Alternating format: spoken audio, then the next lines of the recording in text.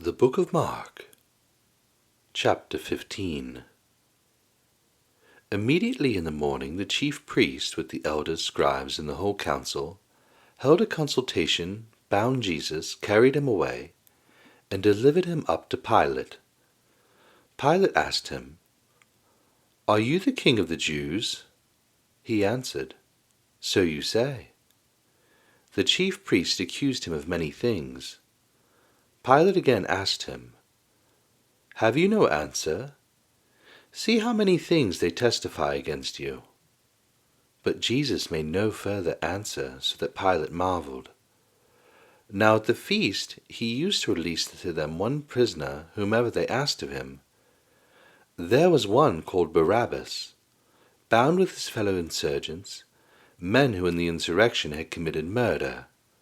The multitude, crying aloud, began to ask him to do as he always did for them. Pilate answered them, saying, "Do you want me to release to you the king of the Jews?" For he perceived that for envy the chief priests had delivered him up. But the chief priests stirred up the multitude that he should release Barabbas to them instead. Pilate again asked them, "What then should I do to him whom you call the king of the Jews?" They cried out again, "Crucify him."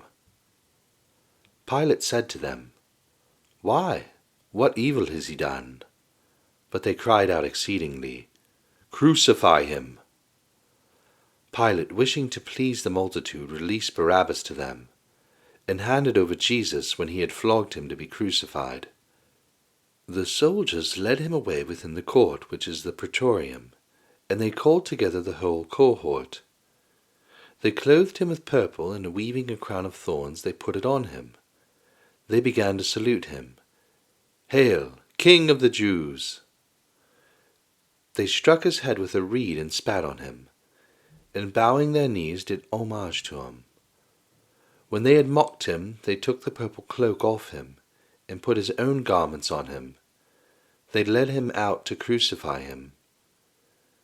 They compelled one passing by, coming from the country, Simon of Cyrene, the father of Alexander and Rufus, to go with them that he might bear his cross. They brought him to the place called Golgotha, which is being interpreted, the place of a skull. They offered him wine mixed with myrrh to drink, but he didn't take it. Crucifying him, they parted his garments among them, casting lots on them what each should take. It was the third hour. When they crucified him, the superscription of his accusation was written over him, "The King of the Jews." With him they crucified two robbers, one on his right hand and one on his left. The scripture was fulfilled which says, "He was counted with transgressors." Those who passed by blasphemed him, wagging their head and saying, "Ha! You who destroyed the temple and build it in 3 days, save yourself and come down from the cross."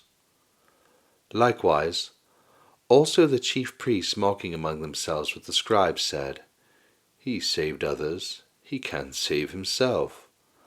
Let the Christ, the King of Israel, now come down from the cross, that we may see and believe him."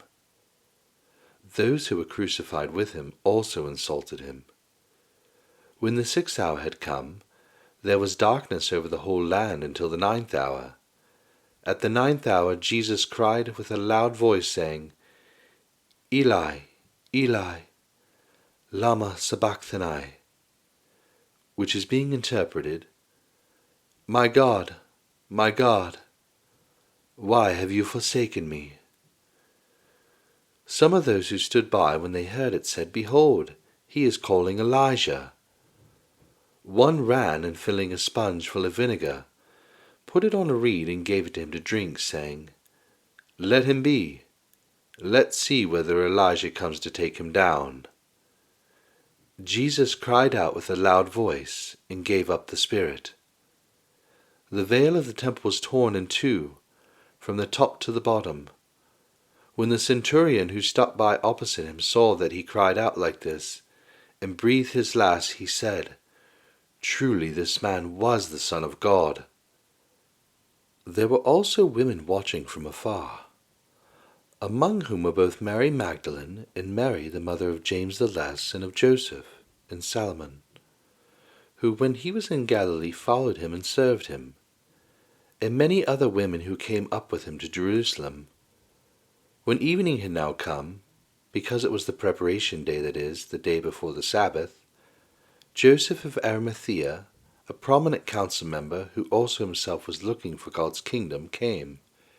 He boldly went in to Pilate and asked for Jesus' body. Pilate was surprised to hear that he was already dead, and summoning the centurion, he asked him whether he had been dead long.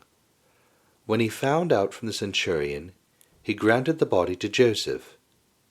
He bought a linen cloth, and taking him down, wound him in the linen cloth, and laid him in a tomb, which had been cut out of a rock. He rolled a stone against the door of the tomb.